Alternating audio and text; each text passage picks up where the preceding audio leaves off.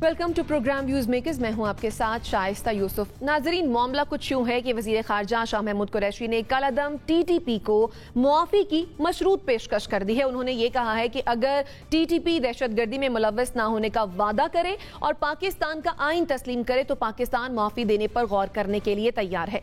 इससे कबल सदर आरिफ अलवी भी कह चुके हैं कि हुकूमत टीटीपी के इन अफराद को एमनेस्टी देने का सोच सकती है जो कि हथियार डालकर पाकिस्तानी आइन को तस्लीम करें।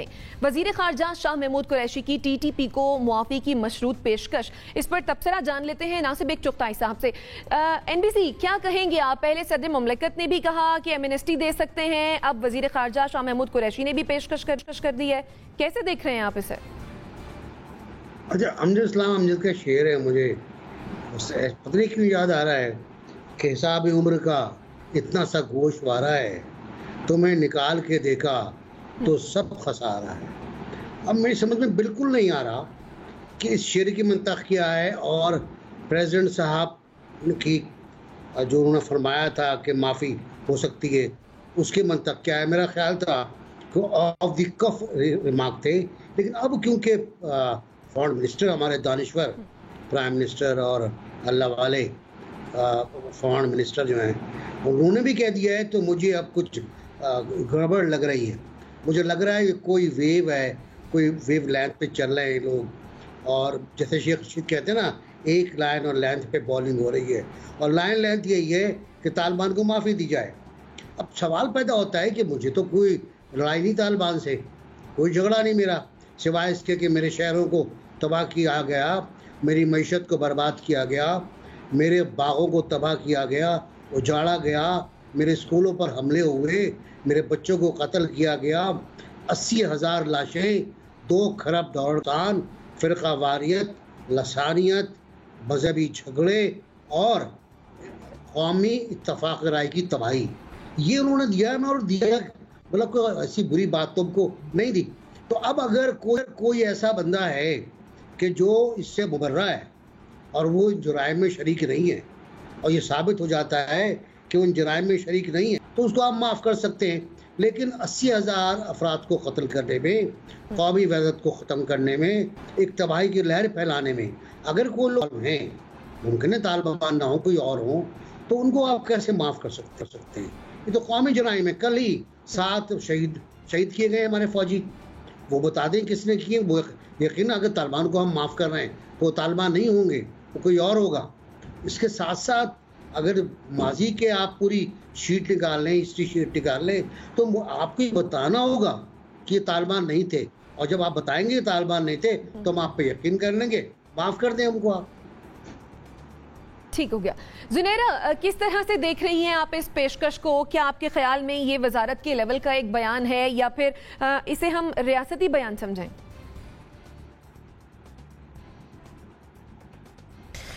इस पे तो कोई, मेरे ख्याल है शाह महमूद कुरैशी साहब अगर प्रेस कॉन्फ्रेंस करें और बैठ के जवाब दें तो उनसे पूछना चाहिए कि ये ख्वाहिशात पे मबनी बात थी, ये पॉलिसी बयान था, ये फॉरेन ऑफिस की पॉलिसी है, ये क्या है, ये क्या डायरेक्टिव है।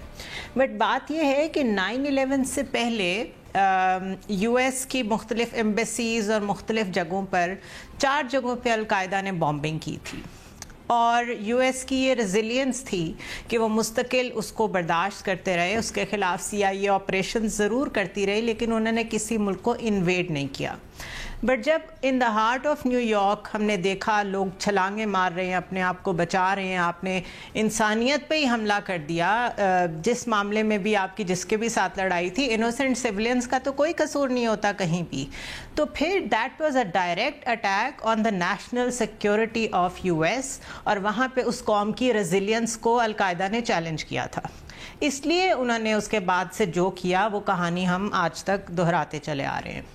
अब अगर एक कौम की रेजिलियंस चैलेंज हुई है, जिस तरह बेग साहब कह रहे हैं, बच्चे बूढ़े, हमारे जो सूफिया कराम के मज़ार हैं, कोई होटल, कोई स्कूल, एक स्कूल का 144 का नंबर नहीं हमें भूलता, अगर ये सब चैलेंज हुआ है, आपने इनके जिस्मों के परखचे उड़ाए हैं और आप ये जगह जगह कोट भी करते आए हैं दुनिया में कि हमने भी बहुत 9/11 देखे हैं, तो आज आप किस तरह बैठ के इतने आराम से कह रहे हैं कि हम माफ़ी दे देंगे? ये तो वैसे ये स्कूल में गलती हो तो आप कहते हैं अच्छा बेटा पेरेंट्स को ले आओ, अगर वो लिख के दे देंगे आइंदा आप ऐसे नहीं करोगे तो हम माफ़ी दे देंगे।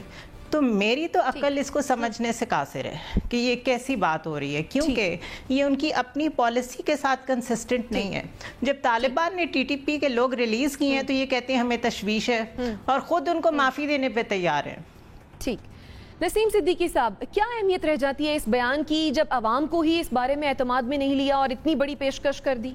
देखिए शाइस्ता, इस हुकूमत का यही मसला है कि ये कोई ना कोई ऐसा शोशा छोड़ देते हैं और उसके बाद इनको बैकफुट पे जाना पड़ता है। पिछले दिनों जैसे ईवीएम की बात थी या मीडिया लॉज लाने के बाद है, और अब इन्होंने एक ये नई बात कर दी कि टीटीपी को जो आम माफ़ी दे दी जाए। ये किस तरह खुद से फैसले कर सकते हैं? वो क्या ये भूल गए जिस तरह जिक्र किया नासिर बेग चुगताई ने, 80,000 से ज़्यादा शोहदा पाकिस्तान ने जो है मिले इनको। उसके अलावा APS का वाक़या कौन भूल सकता है? हर वाक़या दर्दनाक था, लेकिन APS का वाक़या ऐसा वाक़या था जिसमें बच्चे थे, छोटे छोटे बच्चों को जिस तरह मारा गया। तो जो मुजरिम जराइम पेशा लोग हैं जिन्होंने जुर्म किया है उनको तो माफ़ नहीं कर सकते। हाँ, कुछ लोग अगर उनमें नए शामिल हुए हैं और किसी जुर्म में वो शामिल नहीं है, लेकिन इसका भी पूरा इनको ब्लूप्रिंट बनाना पड़ेगा। पार्लियामेंट में जो है वो उसका लाके उस पर डिस्कस करना पड़ेगा। ये खुद से फैसला नहीं ले सकते। अगर मेरे पे छोड़ा जाए तो मैं तो कभी भी इनको माफ़, ये सफाक दरिंदे हैं, इनको माफ़ करना है तो फिर जो हमारी जेलों में बंदे पड़े हैं उनको भी आप माफ़ कर दें। छोटी चोरियाँ किसी ने की हैं, किसी ने कोई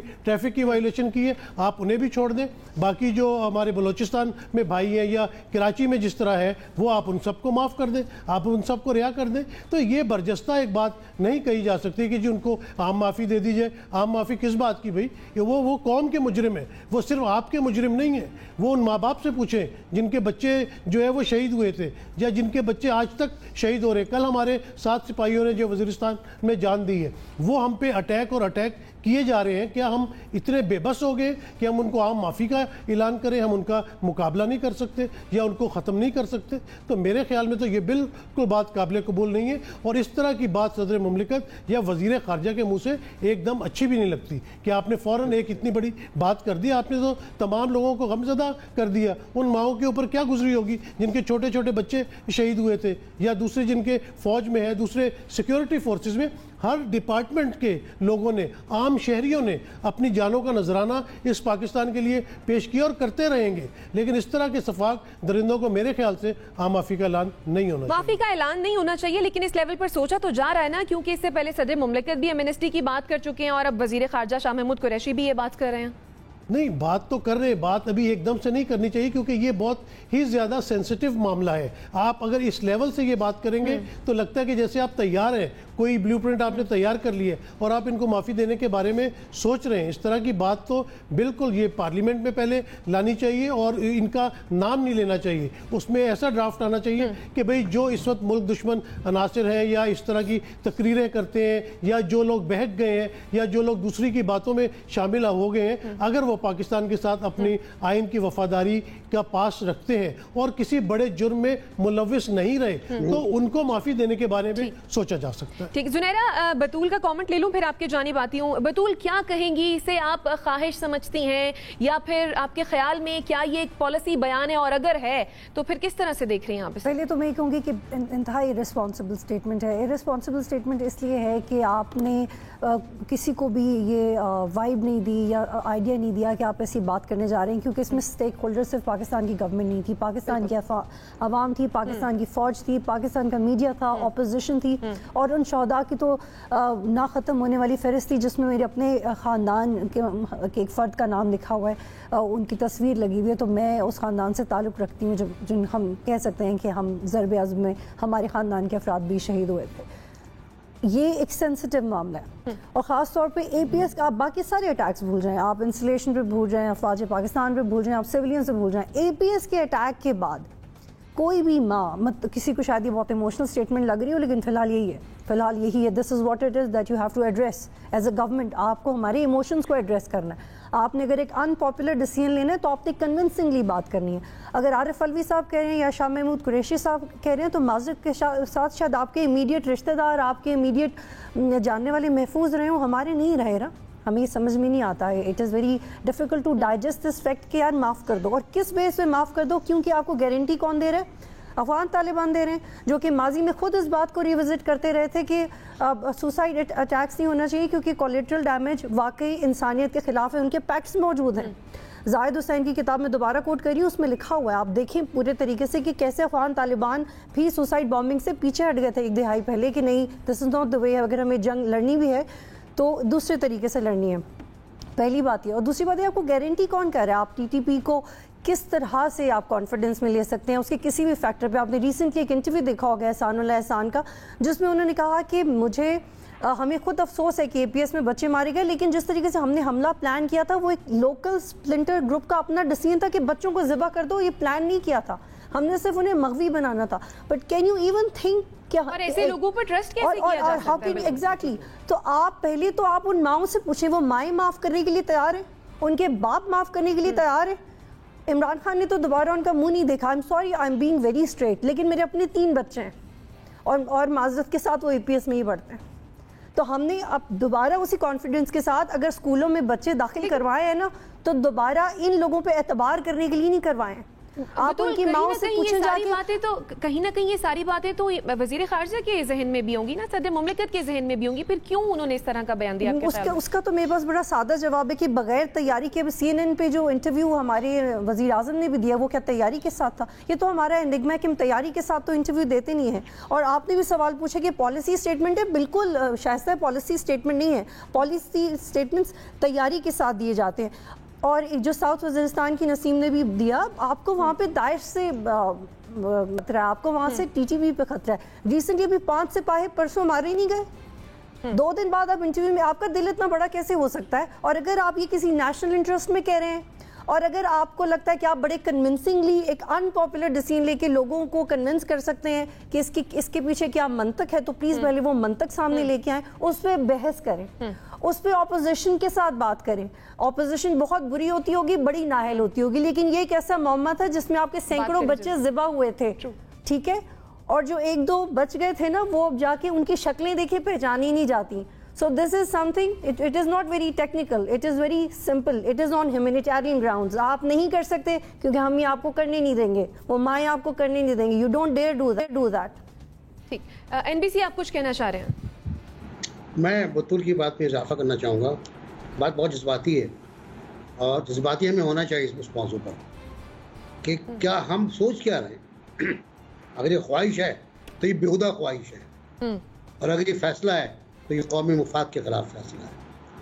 मैं अर्ज़ करूँ कि बच्चों के बारे में दोनों का हम यरगमाल करना चाहते थे, वो भी झूठ है। क्योंकि जब परेड ग्राउंड पर अटैक होता है नमाज जुमा पर, तो वो ऑडियो शॉट मौजूद हैं, वो गुफ्तगू मौजूद है कि बच्चों को मत छोड़ना, बच्चों को मारो पहले, ये मौजूद है।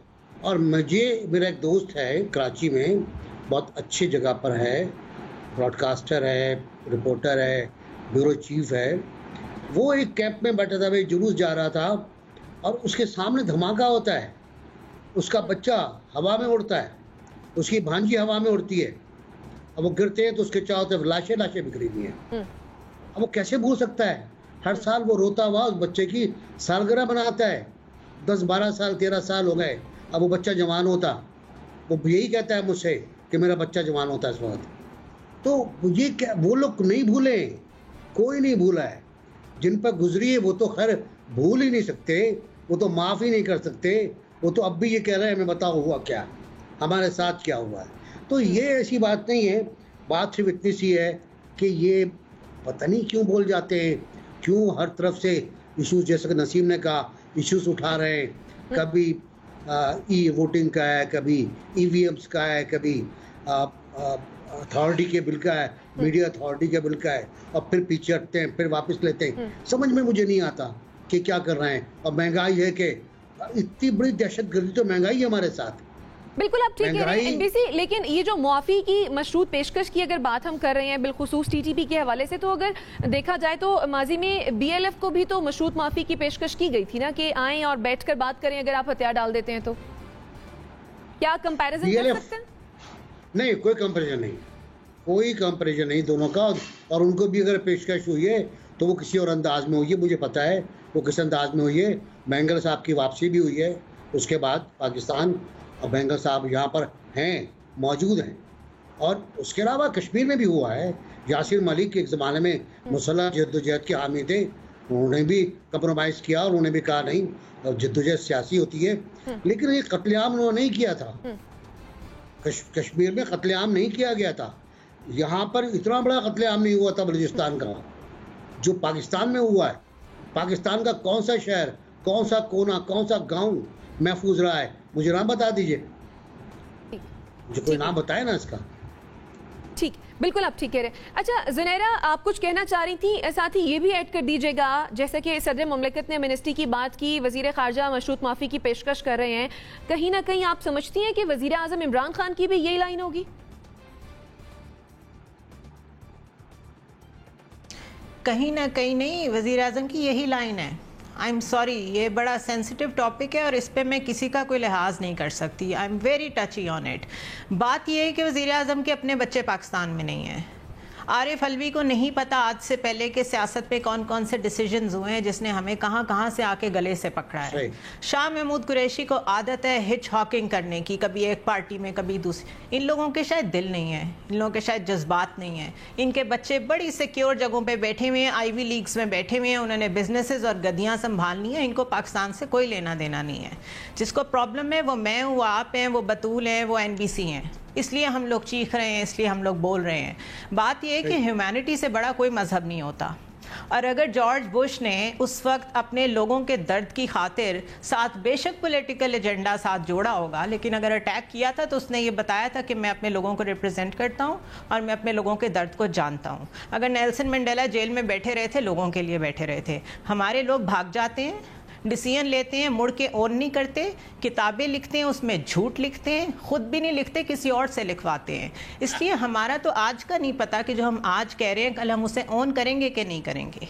आज पार्लियामेंट का इजलास बुला लें, आज सारे सहाफ़ियों को बुला लें, उन जिनके बच्चे, जिनके बड़े, जिनके फैमिली मेम्बर्स शहीद हुए उन सबको बुला लें, उनसे पूछें और फिर बात करें। आंखें खोलें। जमहूरियत किसे कहते हैं? You should reflect the will of the people. आप लोग तो ऊपर से ऑर्डर्स जारी करते हैं। हमें अभी तक, मैं डिटेल में नहीं जाना चाहती, लेकिन हमें अभी तक नहीं पता कि किस हद तक चीज़ें ऑलरेडी डिसाइड हो चुकी हैं between Pakistan, Afghanistan and US। इसलिए हमारी पॉलिसी तो बस हवा में होती है, वो रिटन फॉर्म में भी नहीं होती, ताकि कल को कोई पकड़ा ना जाए।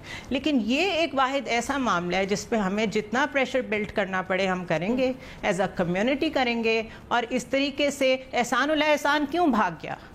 अभी तो उसका जवाब भी नहीं मिला हमें। क्या वो नहीं था बच्चों का कातिल? क्या वो मास्टरमाइंड नहीं था? वो क्यों भागा और कैसे भाग गया? मुझे ये नहीं आज तक समझ आई। सो द थिंग इज़ कि ये बहुत सेंसिटिव मामला है। मुझे नहीं मालूम इसमें सदर ममलिकत कौन है और इसमें वज़ीर ख़ारजा कौन है। अगर इन लोगों को हमारे दर्द का एहसास नहीं है तो ये लोग पे करेंगे। बिल्कुल आप ठीक कह रही हैं जुनैरा, यकीनन ये एक हसास मामला है और सभी एनालिस्ट की राय यही है कि ये पेशकश जो है बिल्कुल दुरुस्त नहीं है। नाज़रीन, ब्रेक पर जाएंगे, ब्रेक से वापस आएंगे, फिर अगले सेगमेंट की जानिब बढ़ते हैं। स्टे विद अस।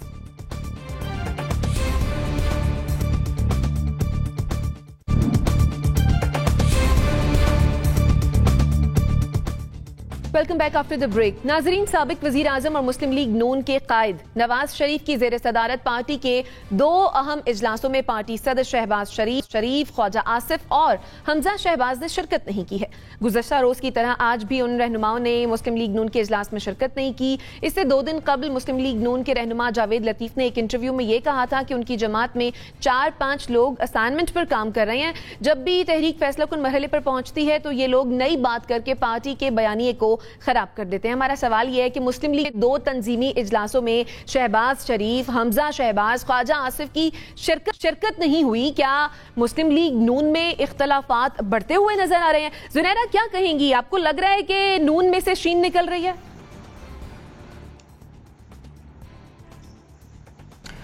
जब ख्वाजा आसिफ बाहर आए थे जेल से और उसके बाद का उनका अगर आप बयान या फिर उन्होंने जो खिताब किया था असेंबली में वो सुने तो उससे पता चलता है कि एक तो ऑफ कोर्स थोड़ी सी तन्हाई होती है, बड़ा रिफ्लेक्ट करने को टाइम मिलता है बंदे को, लेकिन एट द सेम टाइम जितनी उनके साथ के लोगों की सर्विसेज हैं इस जमात के लिए, और उसके बाद अगर उनको ये लगा कि उनके ऊपर इन्फोर्स की जा रही है अब एक डायनेस्टिक पॉलिटिक्स, तो उन्होंने उसका किसी हद तक खुल के इजहार किया था।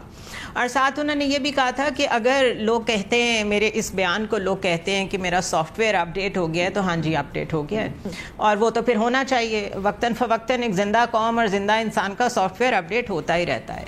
तो द थिंग इज़ कि जिन लोगों की इतनी कंट्रीब्यूशन है एक पार्टी में, जिसमें खुद शहबाज शरीफ भी शामिल हैं, उनको साइडलाइन करके अगर उनके ऊपर फैसले मुसल्लत किए जाएंगे तो डेफिनेटली डिसेंट आएगा। ये अलहदा बात है कि हमने हिस्टोरिकली उस डिसेंट को उतना वाज़े नहीं देखा जितना अब देख रहे हैं। ये एक खामोश किस्म की मुज़ाहमत ज़रूर हो सकती है नवाज शरीफ को दिखाने के लिए, एक खामोश नाराज़गी भी हो सकती है सिंबॉलिक किस्म की दिखाने के लिए, लेकिन it is there, it is very much there. और आप लोगों से बैठ के बात करें, जो नून लीग के इस कैडर के लोग हैं वो परेशान हैं, बिकॉज अगर पॉलिटिक्स उनका करियर है, उन्होंने सारी लाइफ पॉलिटिक्स को दी है, तो वो इस दिन के लिए नहीं दी थी कि वो खामोश होकर साइड में बैठ जाए और एक नए नैरेटिव को फॉलो करना शुरू कर दें, जस्ट बिकॉज वो फर्स्ट लाइन ऑफ लिनिएज जो हाउस ऑफ शरीफ की है वो उसको सूट करती है।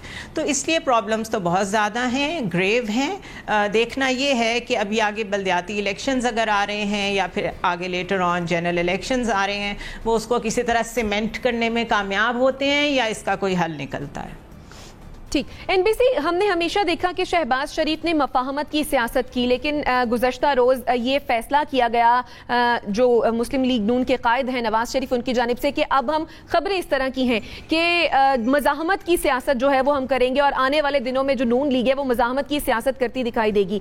तो आपके ख्याल में क्या शहबाज शरीफ की पोजीशन ऐसे में रह जाती है और आने वाले इंतखाबात में, क्योंकि जनरल इलेक्शंस भी कुछ ज़्यादा दूर नहीं है, बल्दियाती इंतखाबात भी होते हैं, तो आपके ख्याल में कौन सा बयानिया जो है वो इनको जितवा सकता है और कौन सा बयानिया जो है वो इनकी पोजीशन खराब करेगा? आज पता नहीं क्यों बार बार मुझे परवीन शाकिर बहुत याद आ रही है। आपके सवाल का जवाब ये था कि बात तो सच है मगर बात है रसवाई की। हालात गड़बड़ हैं और ये कहने से हालात, अभी मरियम ने कहा है, मरियम बीबी ने कहा है कि नवाज शरीफ और शहबाज शरीफ एक हैं। इख्तलाफ तो होता रहता है। ये दूसरा जुमला जो है दरअसल वो डिस्क्लेमर नहीं है, वो एक्सेप्टेंस ऑफ सिचुएशन है। और जब आप एक्सेप्ट कर रहे हो सिचुएशन को, इख्तलाफ मौजूद है, तो मैं और आप कौन है बहस करने वाले कि इख्तलाफ नहीं है? इख्तलाफ तो है। इख्तलाफ हिकमत अमली का है, इख्तलाफ मुज़ाहमत का है। अच्छा, मुज़ाहमत क्या करेंगे आप? मुज़ाहमत यही करेंगे ना कि आप कुछ को नाम लेके किसको बुरा भला कहेंगे, जलसे करेंगे, वो आप नहीं कर पा रहे। आपकी मुज़ाहमत पीडीएम तक थी महदूद। जब पीडीएम इकट्ठी थी तो आपने मुज़ाहमत की और अच्छी मुज़ाहमत की, आपने टफ टाइम दिया गवर्नमेंट को, लेकिन फिर आपने पीडीएम को खुद तोड़ दिया। मौलाना फजलुर रहमान ने शराइत रख दी कि इस्तीफ़े दो तो लॉन्ग मार्च होगा, और अब वापस चले गए। और अब जब बिलावल बयान देते हैं कि आपने ऐसा नहीं किया, तो मौलाना की नकल, अब मौलाना भी मिमिक्री करने लगे। हैरत की बात ये, तो एक वकाम होता है आलिम का, उनको वहाँ तक नहीं जाना चाहिए। तो मेरा ख्याल है कि नून से शीन नहीं निकलेगी, शीन वहीं पर रहेगी, वहीं तक अपना रखेगी और इख्तलाफ होता रहेगा, इख्तलाफ करते रहेंगे। लेकिन हमजा शरीफ क्या करना चाहते हैं वो आपको देखना पड़ेगा। लोकल बॉडीज़ के इंतखाबात जी बहुत इम्पोर्टेंट है। मुस्लिम लीग को इनपुट्स मिला था, एक हौसला मिला था कैंट के इंतखाबात के बाद, उसको उन्हें कैश करना चाहिए था। अब आकर अगर शहबाज शरीफ नहीं गए इजलास में तो वाकई मसला है, और इसका ये जवाब नहीं है कि बलूचिस्तान के बारे में इजलास कर रहे थे, ये कोई इसका जवाब नहीं है। वो तो ये कह रहे हैं ना कि लाहौर में नहीं थे, वो तो नथिया गली में थे, इस वजह से उन्होंने शिरकत नहीं की। नथिया गली में बड़े बड़े चले आते हैं, प्राइम मिनिस्टर में चले आते हैं जब बचना होता है तो। ठीक है बतूल, क्या वजह है आपके ख्याल में क्यों शहबाज शरीफ जो है वो मंजर आम से गायब हैं, ख़ास तौर पर इन इजलासों में, और हमजा शहबाज भी, ख्वाजा आसिफ भी? आज की खबर ये होती होगी कि वो इजलास से गायब रहे हैं, लेकिन हमने माजी में भी देखा है कि कब वो पहले भी बहुत दफ़ा ऐसा हो चुका है कि वो इम्पॉर्टेंट मीटिंग्स में ना हो, या कभी पार्लियामेंट में कोई अहम मौका हो तो उसमें भी ना हो, और अगर कोई इम्पॉर्टेंट इनका प्रोसेशन हो तो उसमें भी ना हो, जिसका मतलब यही निकालते आए हैं। और ये बहुत ऑब्वियस हो चुका है, हम इससे बहुत दफ़ा बात कर चुके हैं कि नाराज़गी है या नहीं, या डिफरेंस है या नहीं। बिल्कुल है, डिफरेंस भी है, नाराज़गी भी है, लेकिन आपने बड़ा इंपॉर्टेंट सवाल किया था कि उसमें से नून लीग को सूट क्या करता है। उसमें से नून को शी नहीं सूट करता है। They have to understand this, क्योंकि मज़ाहमत की सियासत आपको सूट नहीं करेगी।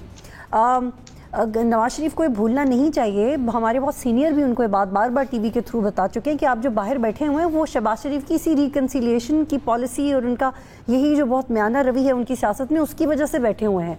तो लेकिन मरियम की वजह से हम देखते हैं ना कि दोनों चीजें बैक वक्त चल रही हैं, मफाहमत भी चल रही है, मजाहमत भी चल रही है। मैंने तो मफाहमत नहीं देखी, अगर आपने देखी हो तो मुझे बता दीजिएगा। शहबाज शरीफ की जो पॉलिसी है वो मफाहमत की है और मरियम नवाज जिस तरह से बात करती है नवाज तो सॉरी मफाहमत की बात नहीं करती। हाँ शायद तब मोस्ट प्रोबेबली, लेकिन जो मुस्लिम लीग को सूट करता है वो शहबाज शरीफ की सियासत है, the way he does politics. और अगर वो उस वाजे स्क्रीन में नहीं आते जिसमें नवाज शरीफ या मरियम नवाज हैं, तो उसके बावजूद उनकी बहुत ज़्यादा सर्विसेज हैं, वो एलिजिबल हैं, उनकी सियासी राय की वही अहमियत होनी चाहिए। आपके ख्याल में क्यों वाजे स्क्रीन पर मतलब नहीं आते वो जब मरियम होती हैं और नवाज शरीफ? डिफरेंसेस हैं, वो एक्सपेक्ट करते हैं अपना पॉलिटिकल करियर, उन्होंने बहुत काम किया है पंजाब के अंदर। आपको क्या लगता है कि वो हमेशा यही चाहते होंगे कि मैं एक चीफ मिनिस्टर पंजाब रहूं? क्या मतलब this is very simple to understand कि क्या वो पंजाब से बाहर काम नहीं करना चाहते होंगे? क्या उन्हें नेशनल पॉलिटिक्स में इंटरेस्ट नहीं होता होगा, या उन्हें सिर्फ ये सूट करता है कि उन्हें पार्टी में एक ओहदा दे दिया जाए और वो भी और उसमें भी उनकी सिर्फ इतनी सी हैसियत रहे कि वो जब चाहे आएँ और जब चाहे जाएं, वो डिसीजन मेकिंग में अपना हिस्सा चाहते होंगे। इनके फैमिली नून में से शीन निकल रहा है आपके ख्याल में? नून में से अगर शीन निकल जाएगा, इसका मेरे लिए तो उसके बहुत सारे मतलब हैं, इसके लिए बहुत सारे मतलब हैं। नून में से अगर शीन निकला तो सिर्फ शीन ही रह जाएगा, क्योंकि नून को तो ऑलरेडी बहुत सारे लोग निकालने की कोशिश कर रहे हैं, तो नून को शीन बहुत सूट करता है, नून को शीन निकलने नहीं देना चाहिए। और शहबाज शरीफ को उतनी सियासी रुतबा देना चाहिए, उतनी सियासी इज्जत देने की ज़रूरत है जितना उन्होंने काम किया। सिर्फ कोई आपकी बेटी है तो इसका मतलब नहीं है कि वो पॉलिटिकली ज़्यादा एलिजिबल है किसी ओहदे के लिए। Shahbaz Sharif is much more eligible than her. ठीक, नसीम सिद्दीकी साहब, आपके ख्याल में क्या मुस्लिम लीग नून में इख्तलाफात जो हैं वो ज़्यादा बढ़ते जा रहे हैं? मुस्तकबिल क्या देख रहे हैं आप मुस्लिम लीग नून का, और बिलखुसूस अगर शहबाज शरीफ की बात की जाए तो आपके ख्याल में क्या मुस्तकबिल होगा उनका? देखिए शाइस्ता, जैसे आपने भी पहले भी सवाल पूछा था बतूल से, अगर कोई क्रिकेट टीम है उसमें कोई क्रिकेट खेल रहा है, बेहतरीन फास्ट बॉलर है, उसकी वजह से आप मैच जीत भी रहे हैं, लेकिन उसकी फिर भी ख्वाहिश होती है कि वो क्रिकेट टीम का कप्तान बने। कोई अगर सेक्रेटरी लेवल पे काम कर रहा है तो उसकी कोशिश होती है कि वो सूबे का चीफ सेक्रेटरी बने। ये ख्वाहिश हर किसी के अंदर होती है। आप देखें कि जब नवाज शरीफ साहब को नाअहल करार दिया गया तो शहबाज शरीफ साहब सबसे हॉट फेवरेट प्राइम मिनिस्टर के लिए कैंडिडेट थे, लेकिन उनका नाम पीछे करवाया गया और शाहिद खाकान अब्बासी साहब प्राइम मिनिस्टर बने। तो इख्तलाफात तो कोई भी स्टेज होती है जहाँ शुरू हो जाते हैं। दूसरी बात आपने की मफाहमत की और मज़ामत की। मज़ामत आप कर सकते हैं इस मुल्क में रह के, आप इस्टेब्लिशमेंट के साथ मज़ामत। जब आप गवर्नमेंट के अंदर थे, डॉन लीक्स आया, उसके बाद आपका क्या असर हुआ? जब आप गवर्नमेंट आपके पास नहीं रही तो अपोजिशन में रह के आप क्या मज़ामत करेंगे? तो यहाँ पे शहबाज शरीफ साहब यही समझाने की कोशिश करते हैं कि मफाहमत से काम बनेगा, मफाहमत से हम आगे बढ़ सकते हैं। मफाहमत में वो उनको जेल से छुड़ा के और लंदन इलाज के लिए ले गए।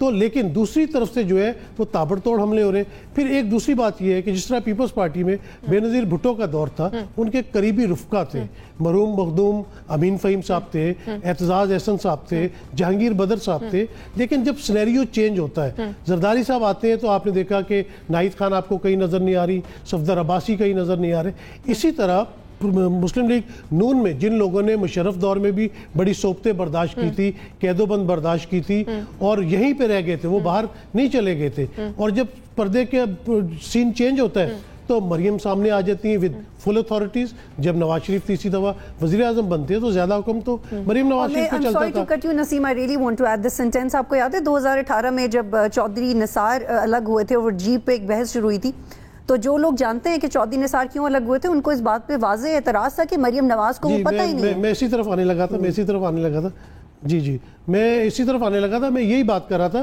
कि आप देखें कि बड़े से बड़े लीडर लाइक चौधरी निसार, जिनका आपने जिक्र कर दिया, उसके अलावा ख्वाजा आसिफ ने कहा कि मेरा सॉफ्टवेयर अपडेट हो गया, यानी कि वो अब मज़ामत वाले बयानिए के साथ नहीं चलना चाहते और ये क्लियर डिवाइड होती जा रही है। जो PMLN के पार्लियामेंटेरियंस हैं वो किसके साथ खड़े हैं, शहबाज शरीफ के साथ या मरियम नवाज के साथ? देखिए अभी तो 3 ग्रुप भी आप कह सकती है, हो सकता है कुछ शायद खाकान अब्बासी के साथ खड़े हो, कुछ मरियम के साथ खड़े हैं, कुछ शहबाज शरीफ के साथ खड़े। शहबाज शरीफ शरीफ की फेवर में ज़्यादा लोग हैं, क्योंकि वो अपनी अफवाज पाकिस्तान या इदारों के खिलाफ हर्जा सराई नहीं करना चाहते। मेरी कुछ लोगों से मुलाकात हुई है, उन्होंने कहा हम इस बयानी को बिल्कुल पसंद नहीं करते। फिर जैसे आपने कहा कि इलेक्शन का दौरा है, सामने आने वाला है, अभी बल्दियाती इंतखाबात आ जाते हैं, ये जनरल इलेक्शन आ जाते हैं, तो लीडर कहाँ पे है? अगर लीडर यहाँ मौजूद नहीं होता तो लोग किसके पास जाएंगे, किससे टिकट मांगेंगे? तो वो शहबाज शरीफ पे ज़्यादा रिलाई करेंगे। और दूसरी तरफ देखें, शहबाज शरीफ जेलें काट रहे हैं, उनके बेटे ने जेल काटी है, तो वो आप देख सकती हैं कि जब वो इतनी तकलीफ उठा रहे हैं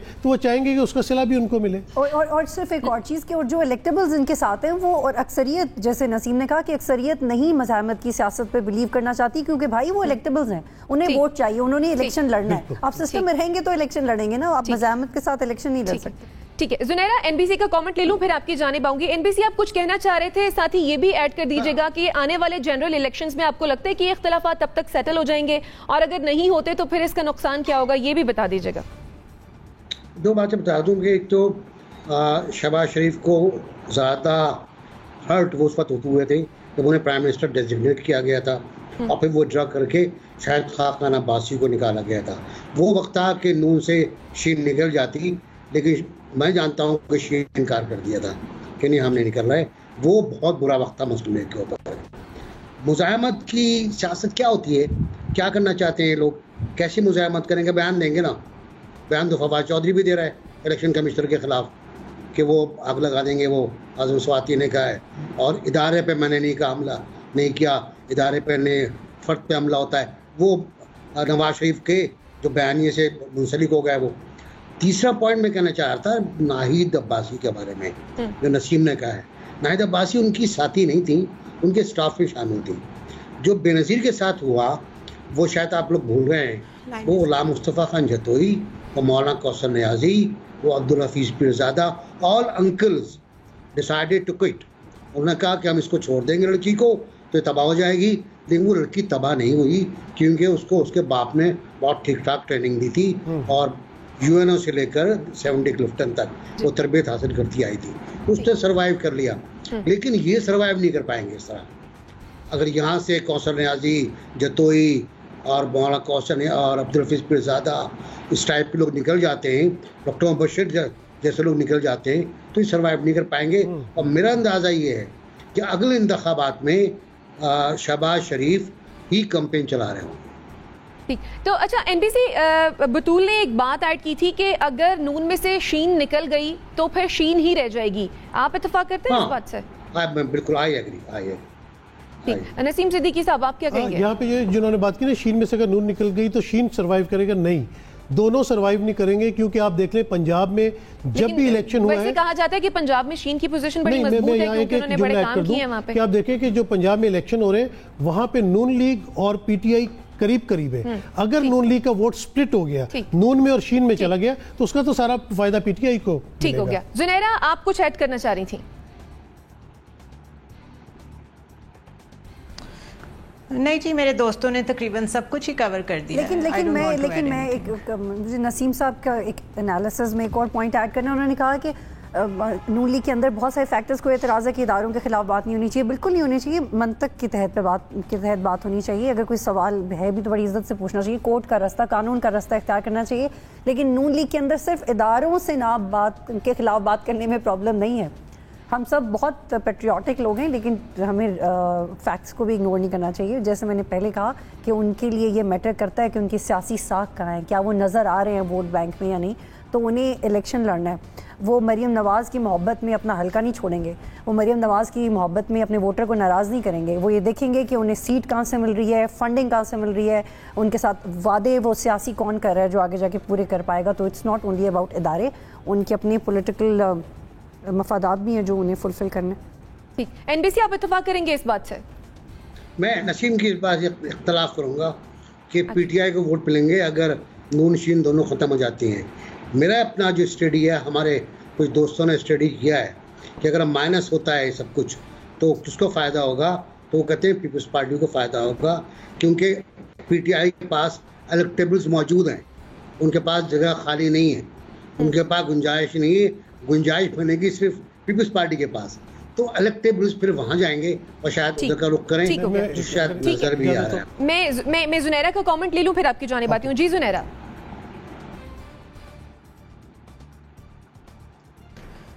मेरे ख्याल है बड़ी अच्छी डिस्कशन जा रही थी और मैं तो बड़े इंटरेस्ट से उसी को सुन रही थी। कुछ ऐड किया जा सकता है तो प्रॉबेबली ये ऐड किया जा सकता है कि कैंट के इलेक्शंस से मेरा ख्याल है ये बात बहुत कंफर्टिंग होगी फॉर हमज़ा एंड शहबाज के उनका जो काम किया हुआ था पंजाब में, या उनके जो अभी तक टोन एंड टेनर वहाँ एग्जिस्ट कर रही थी, उसने रिस्पॉन्ड किया है। डिस्पाइट 3 years ऑफ PTI उसने रिस्पॉन्ड किया है। सो हमज़ा और शहबाज शरीफ के बगैर मेरा ख्याल है नवाज शरीफ मरकज़ में बैठ के हुकूमत भी वैसे ना कर पाते जैसे वो करके गए हैं, क्योंकि पंजाब को संभालना और मरकज़ में बैठ के बड़ा कंफर्टिंग पोजीशन लेना कि वहाँ तो आपके भाई बैठे हुए, वहाँ से कोई ख़तरा नहीं है। तो सारी उम्र शेडो में कोई नहीं गुजारता। अगर पोटेंशियल होता है वो ज़रूर बाहर आता है और सामने आना चाहता है। अगर शहबाज शरीफ विलिंग होंगे भी अपने भाई के लिए सैक्रिफाइस करने के लिए तो हमज़ा नहीं होंगे, और अगर नवाज शरीफ के लिए मरियम बहुत इंपॉर्टेंट है तो शहबाज शरीफ के लिए हमज़ा बहुत इंपॉर्टेंट है। तो ये बहुत बड़ी जंग और इसको किसी ना किसी शक्ल में तो सामने आना है। लेकिन लगता ये है कि बहरहाल जो शीन फैक्टर जिसको आप कह रही हैं या शहबाज शरीफ का जो फैक्टर है वो प्रिवेल करेगा तो नून लीग का कोई मुस्तकबिल नजर आता है। ठीक है, नसीम सिद्दीकी साहब वन लाइनर कमेंट ऐड कीजिएगा, उसके बाद मुझे ये कहता है कि पंजाब में पीपल्स पार्टी की कहीं गुंजाइश नजर नहीं आती। उनको अगर कहीं वोट मिल भी रहे तो 200-300 से ज्यादा नहीं मिल रहे, जबकि 3 साल की कारकर्दगी के बावजूद भी PTI जो है वो नून लीग के करीब करीब वोट ले रही है। ठीक है नाज़रीन, अगले पहले भी गुंजाइश थी पीपल्स पार्टी की, पहले भी गुंजाइश नहीं थी और फिर पीपल्स पार्टी ने वोट लिए थे। और आपको लगता है कि उस्मान गुज़ार के होते हुए दोबारा वोट देंगे पंजाब के अंदर? ठीक हो गया। हमारे पास वक्त की कमी है, मैं अगले सेगमेंट की जाने बढ़ती हूँ। बलोचिस्तान में जमातों ने वजीर आला जाम कमाल के खिलाफ तहरीक अदम एतमाद जमा करवा दी है। 16 अरकान के दस्तखतों के साथ जमा कराई गई तहरीक में यह लिखा गया है कि 3 साल के दौरान सूबे में बदअमनी, बेरोजगारी और शदीद मायूसी रही है। 65 रुकनी ऐवान में मुत्तहिदा अपोजिशन के अरकान की तादाद 23 है, जबकि अपनी तहरीक की कामयाबी के लिए उन्हें असम्बली में 33 अरकान की हिमायत की जरूरत है। सवाल यह है कि वजीर आला बलोचिस्तान के खिलाफ तहरीक अदम एतमाद का मामला, क्या ऑपोजिशन जमातें जाम कमाल को हटाने में कामयाब हो जाएंगी? जुनैरा, आप क्या कहेंगी इस पर? एक तो ये कि जो रीज़न सामने रखी जा रही हैं वो रीज़न्स हैं नहीं, क्योंकि बदअमनी का मामला वहाँ पे, पीस का मामला वहाँ पे, लोगों में सुकून की फ़ज़ा है कि कौन सी फ़ज़ा है, ये फैक्टर्स बलूचिस्तान की गवर्नमेंट में कभी इंपॉर्टेंट रहे नहीं है, क्योंकि एक वो बड़ा डिफरेंट सिनेरियो है जिसके तहत वहाँ पे गवर्नमेंट फॉर्मुलेट होती है। दूसरा, कुछ बहुत करीबी लोग उनसे नाराज़ हो गए हैं, किसी से प्रोटोकॉल वापस ले लिया था, किसी ने वजारत छोड़ दी। ये ज़रूर इम्पॉर्टेंट है कि जो इस वक्त वहाँ के स्पीकर हैं बजिंजो साहब बाप से जिनका ताल्लुक है, वो जिस तहरीक के साथ खड़े होते हैं वो कामयाब ज़रूर हो जाती है, चाहे वो अदम एतमाद की तहरीक ही क्यों ना हो। और ये भी हिस्टोरिकल फैक्ट है कि बलूचिस्तान से अगर एक दफ़ा असम्बली गिरने का आगाज़ हो जाए या हुकूमत गिरने का आगाज़ हो जाए तो फिर वो कहीं तक उसकी रिपल इफ़ेक्ट जाते भी हैं। लेकिन अभी ये कहना कि वहाँ पे वाकई कोई ख़तरा है, मुझे जाम कमाल काफ़ी कॉन्फिडेंट नज़र आ रहे हैं, क्योंकि जो मुक़्तदिर हल्के हैं जब तक उनकी मर्जी नहीं होगी वहां पे चेंज ऑफ गवर्नमेंट नहीं हो सकती। ठीक, बतूल आप क्या कहेंगी? क्योंकि जाम कमाल तो ये कह चुके हैं कि अगर मेरे इत्तेहादी मेरा साथ नहीं देंगे तो मैं खुद ही चला जाऊंगा। आपको लगता है कि ये तहरीक कामयाब होगी? कोई जा सकता है नहीं जा सकता, उसकी टेक्निकल रीज़न नंबर्स के साथ आती है। तो मैं आपको नंबर्स बता देती हूँ। टोटल 65 सीट्स हैं, जिसमें से 41 है ऑपोजिशन, 41 है इत्तेहादियों की गवर्नमेंट को मिला के, और ऑपोजिशन के 23 सीट्स हैं, और जिसमें बाप के पास 24 है। अब आप जिसके साथ बाप है उसी की गवर्नमेंट है, बाकी की 2 या 1 सीट्स हैं। और जैसे जुनैरा ने भी कहा कि वहाँ की डायनामिक्स बिल्कुल और हैं। लेकिन रिपोर्टेडली मैंने ये भी खबर सुनी है कि शायद बाप में से भी कुछ लोग हैं जो कि इनसे नाराज़ हैं फॉर मेनी अदर रीजंस। तो अगर बाप में से कुछ लोग इनके खिलाफ शामिल हो जाते हैं तो फिर इनकी गवर्नमेंट के लिए ख़तरा है, वरना नंबर्स तो इनके अगेंस्ट नहीं जाते। ठीक, NBC क्या लग रहा है, जाम कमाल घर जाने वाले हैं? ये बाप के बारे में बात हो रही थी इस्तारे में, मैं अर्ज़ करूँगा कि बाप जिसके साथ होगा वो यतीम नहीं हो सकता। एक बात तय है, ये तारीख़ी बात है कि जो भी जिसका बाप होता है यतीम नहीं होता। लेकिन बाप किसका है, सवाल ये है। बिल्कुल सही कहा बतूल ने कि अब्दुल कुद्दूस बसिंजो साहब है कौन, ये भी इम्पोर्टेंट है। ये तय करते, ये सर्टिफिकेट चेक करना पड़ेगा कि अब्दुल कुद्दूस बसिंजो साहब और कई अफराद बाप के नाराज़ हैं, सख्त नाराज़ हैं। उनमें रिंद साहब भी हैं, उनमें साले भूतानी साहब भी हैं, कई लोग हैं जो इनसे नाराज़ हैं। उनको मनाने की कोशिश की जा रही है और बनाने के लिए जो ट्रबल शूटर हैं सेनेट के चेयरमैन जरानी साहब, वो कोयटा पहुंच गए। वो पहले मिलेंगे बाप वालों से, पहले बाप वालों से। मतलब इम्पोर्टेंट बात ये है कि इसका मतलब है बाप में बड़ा गहरा शिकाफ आ गया है, हार्ट अटैक हो गया उसको, तो वो उससे मिलेंगे, उसका हालचाल पूछेंगे, उनको मनाएंगे, फिर कोई लॉलीपॉप देंगे उनको, और उसके बाद उनका प्रोग्राम मिलने का अपोजिशन से कि उनको ही मनाएंगे। शायद रिंद साहब को मना लें वो वगैरह, लेकिन हालात किधर जाते हैं उसका अंदाज़ा ये है बाप क्या कर रहा है, बाप के अंदाज क्या हैं और उनके अंदर कितना बड़ा अख्तलाफ है। जो अमन व अमान की बात है जो ज़नारा ने कही, खाली वही नहीं है, 2-3 बातें और बहुत तशवीशनाक हैं कि मुतासिबाना बजट पेश किया गया, तरक्याती प्रोग्राम मुतासिबाना था, इदारों की तौहीन की गई और उनको नज़रअंदाज किया गया। 4-5 पॉइंट ऐसे हैं जो वाकई तशवीशनाक हैं। और जाम कमाल साहब जाहिर सी बात है कुछ दिनों रहते हैं, कुछ दिनों गायब रहते हैं, वो ये भी उनका हिस्ट्री है। लेकिन बलूचिस्तान में उस वक्त तक कुछ नहीं होगा जब तक इस्लामाबाद या पिंडी से इशारा नहीं जाएगा, और या फिर कहीं और से, क्योंकि इससे पहले भी हमने हुकूमतें गिरती देखी है। सनाउल्लाह ज़ैरी की हुकूमत थी, उनके खिलाफ तहरीक मत आई थी और वो इस्तीफ़ा दे के चले गए थे। उनको अंदाज़ा हो गया था कि उनके पास वोट नहीं है, तो वो इस्तीफ़ा दे के चले गए थे। उनका भी असर रसूख कुछ न कुछ होगा, कुछ जनरल बलोच का भी असर होगा। तो अभी देखते हैं कि क्या ये मंजर, क्या पर्दा कब गिरेगा इस पर और कब तमाशा ख़त्म होगा। और एक पॉइंट अगर इसमें मैं ऐड करना चाहती हूँ, और मैं चाहती हूँ NBC उस पर ज़रूर बात करें। पिछले महीने एक वाक़या हुआ था जिसमें कोयटा के सेशन कोर्ट ने चीफ मिनिस्टर के ख़िलाफ़ और मुतल्लिका थाने के ख़िलाफ़ एक के हवाले से एक FIR दर्ज करवाई थी। तो वो जो FIR है सिटिंग CM के ख़िलाफ़, वो भी आगे जाके एक एग्जैजरेटेड मैटर हो सकता है जो कि इनके खिलाफ जा सकता है, लेकिन डिपेंड करता है कि जो FIR कटवाने वाले हैं वो कितनी इनपुट देते हैं, जिसमें से ऑपोजिशन क्या है। ठीक है, नसीम सिद्दीकी साहब क्या ख्याल है, ये नाराजियां क्या रंग लाएंगी? ऐसा देखिए, वैसे तो ये असेंबलियों का हुस्न है कि अगर आप तरीके अदब में एतमाद लेके आते हैं, आप अपनी ग्रीवेंसेस शो करते हैं, आप खुश नहीं है तो ये एक तरीका होता है, आप अपने वज़ीर आला को बताते हैं कि हम आपके खिलाफ हैं। लेकिन जिस तरह 16 लोगों की ने पिटिशन पे साइन किए और तरीके अदम एतमाद लेके आए, ये मुझे बड़ा वीक जो है लिंक लगा है, क्योंकि अगर वो कोई 30, 32, 35 के साथ ये एप्लीकेशन लेके आते फिर तो ये एक बहुत बड़ी थ्रेट होती कि भाई अगर 30-32 के साथ ये एप्लीकेशन लेके आए तो इनके साथ मज़ीद भी कोई लोग आखिरी दिनों में मिल सकते हैं। तो ये क्यों इतनी बड़ी थ्रेट नहीं है।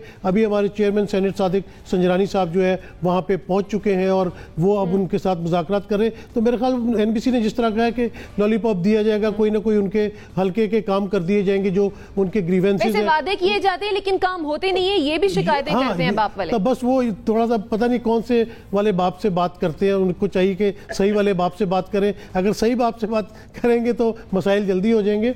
और मेरे ख्याल से अभी मुझे लगता नहीं है कि बलूचिस्तान की हुकूमत जो है वो चली जाएगी या जाम कमाल जो है उनके खिलाफ तरीके अदम एतमाद कामयाब हो जाएगी, लेकिन ये उनको एक चेकमेट ज़रूर है, उनको चेकमेट किया गया है और उससे जिन्होंने किया है उनके थोड़े से मामला बेहतरी की तरफ चले जाएंगे। जुनैरा, आप मुस्कुरा रही थी, आप मुझे लगता है कोई कमेंट ऐड करना चाह रही हैं ये बाप वाली बात पे, इज इट सो? नहीं, वो नसीम बिल्कुल ठीक कह रहे थे कि पता होना चाहिए कौन से बाप से बात करनी है। मैं उस पर हंस रही थी। प्रॉब्लम ये है कि एक वैसे ही अब हमें पाकिस्तान की पॉलिटिक्स का इतना अंदाज़ा तो हो गया है कि किस तरह की पल्स में क्या कोई गवर्नमेंट जा सकती है और क्या नहीं जा सकती। तो इस वक्त जो पल्स चल रही है ना, जियो पोलिटिकल भी, जियो स्ट्रेटेजिक भी, उसमें बलूचिस्तान गवर्नमेंट के जाने का कोई बिल्कुल अलार्मिंग सिचुएशन मुझे तो नज़र नहीं आती। ठीक, NBC आप क्या कहेंगे? जैसे कि जुनैरा भी कह रही हैं और नसीम सिद्दीकी साहब ने भी ये कहा है कि इतना बड़ा थ्रेट नहीं है। सादिक संजरानी साहब पहुंच गए हैं, कोई मतलब हो जाएंगी बातें और ये भी यकीन दिला दिया जाएगा कि ये वाले काम भी हो जाएंगे, तो फिर मेरे ख्याल से सारी सूरत हाल ठीक हो जाएगी। क्या ऐसा ही है?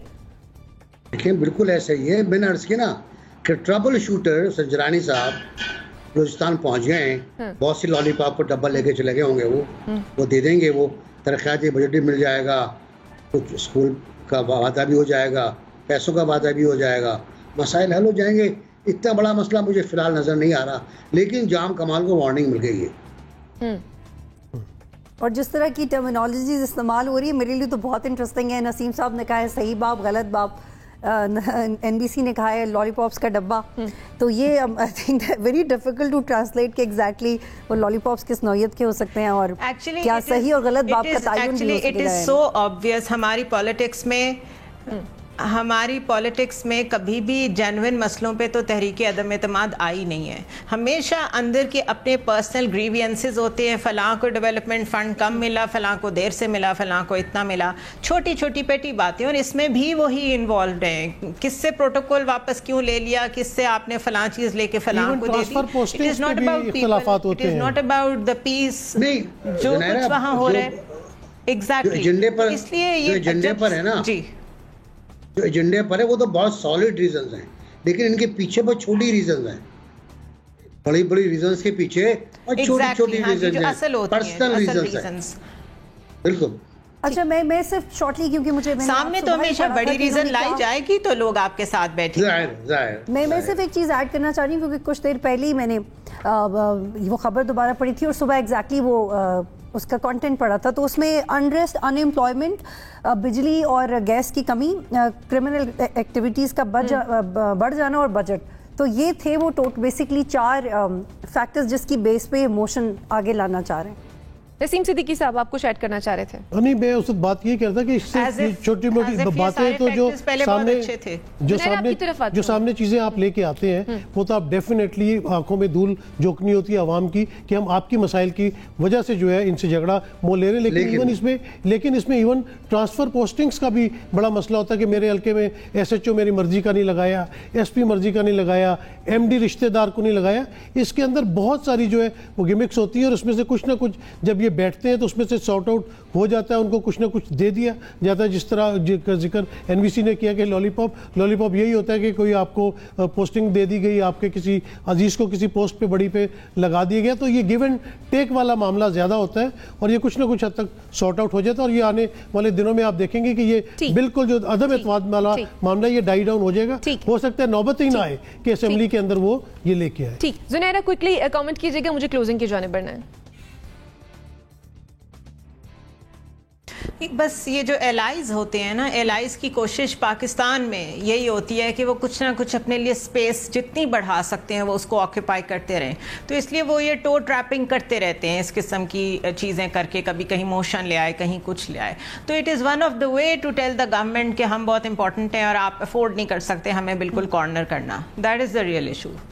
ठीक, सभी एनालिस्ट का मानना यह है कि ऑपोजिशन जमातें जाम कमाल को हटाने में कामयाब नहीं होंगी और ये मामला जो है वो सॉर्ट आउट हो जाएगा। नाज़रीन के साथ मुझे और मेरे मेहमानों को दीजिए इजाजत। अल्लाह ने के बाद।